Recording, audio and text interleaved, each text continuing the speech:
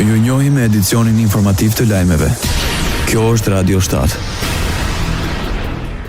Komisioni Evropian mund të heqë më tej masat financiare ndaj Kosovës nëse pas raundit të dytë të zgjedhjeve lokale në veri arrihet një transferim i rregullt i qeverisjes dhe deskalimi mbetet i qëndrueshëm.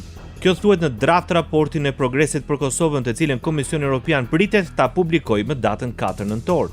Sipas burimeve diplomatike, kjo nënkupton mbartje të qetë të pushtetit dhe marrje të detyrës nga kryetarët e rinj të komunave në veri. Sipas gjetjeve të dokumentit, dialogu Prishtinë-Beograd ka qenë i penguar për shkak të situatës politike si në Kosovë ashtu dhe në Serbi. Në këtë kuadër përmendet se Serbia nuk ka ndërmarrë masa ndaj autorëve të sulmit në Bajsk, ngjarje që ka shënuar për shkallëzim më të madh të sigurisë.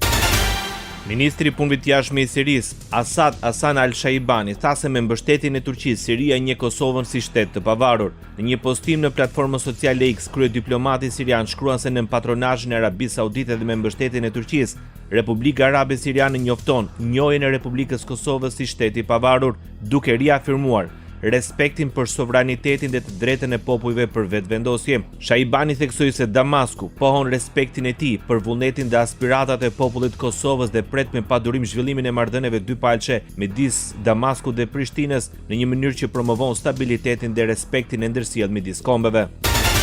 Presidenti i Shqipërisë përshëndet njohjen e Kosovës nga Siria. Përmes rrjeteve sociale, Bajram Begaj vlerëson se me këtë vendim, Siria mbështeti shtetin e Kosovës dhe paqen e stabilitetin në Ballkan. Faleminderit të gjithë atyre që mundësuan këtë njohje, shkruan presidenti Bajram Begaj. Kryeministri i Shqipërisë Edi Rama nga Parisi tha se Kosova është një shtet në të drejtën e vet.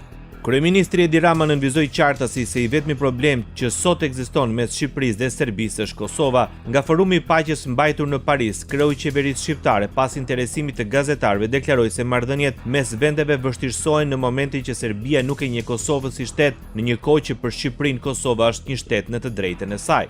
Natyrisht kemi një problem me Serbinë, një problem të madh, që është Kosova. Apo Kosovo, siç i thon këtu.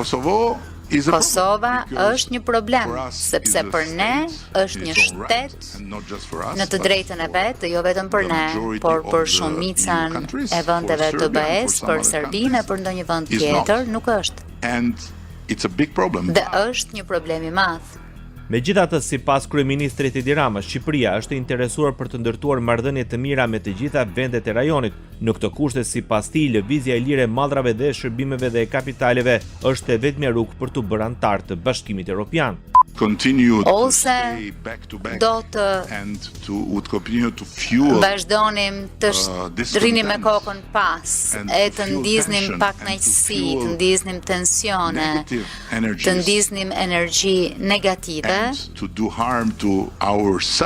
dhe të dëmtonim veten, ekonominë tonë, të ardhmen tonë, sepse jemi tregje shumë të vogla, kemi nevojë që të jemi të gjithë bashk, ose alternativa tjetër ishte të thoj, dëgjoni, nuk biem dakord për këtë, por kjo nuk mund të na parandalojë të punojmë së bashku për shumë gjëra që biem dakord. Biem dakord që njerëzit, qytetarët tanë duhet të kenë lirinë e lëvizjes, që mallrat tona duhet të kenë lirinë e lëvizjes, e kështu me radhë. Shtetet e Bashkuara të Amerikës sanksionojnë qartazi në projekt ligj se normalizimi i marrëdhënieve ndërmjet Kosovës dhe Serbisë do të vijë vetëm përmes zbatimit të marrëveshjes së Ohrit dhe aneksit të saj dhe jo përmes shkëmbimeve të territorit. Kushtozimi është vendosur në Aktin për Demokracinë dhe Progresin e Ballkanit Perëndimor. Nëse ai kalon në Kongresin dhe Senatin Amerikan, në të gjitha komisionet përkatëse dhe në fund merr dhe miratimin e presidentit Donald Trump, Shtetet e Bashkuara do të miratojnë një ligj që i detyron që politika e tyre jashtme të mos mbështesë shkëmbimin e territoreve, ndarjen apo çfarëdo forme tjetër të rishikimit të kufive mbi baza etnike mes Kosovës dhe Serbisë apo kudo tjetër në Ballkanin Perëndimor, përfshirë shkëputjen e Republikës Srpska. Ndoqët lajmet shkurt në Radio 7, zëri pozitiv i qytetit.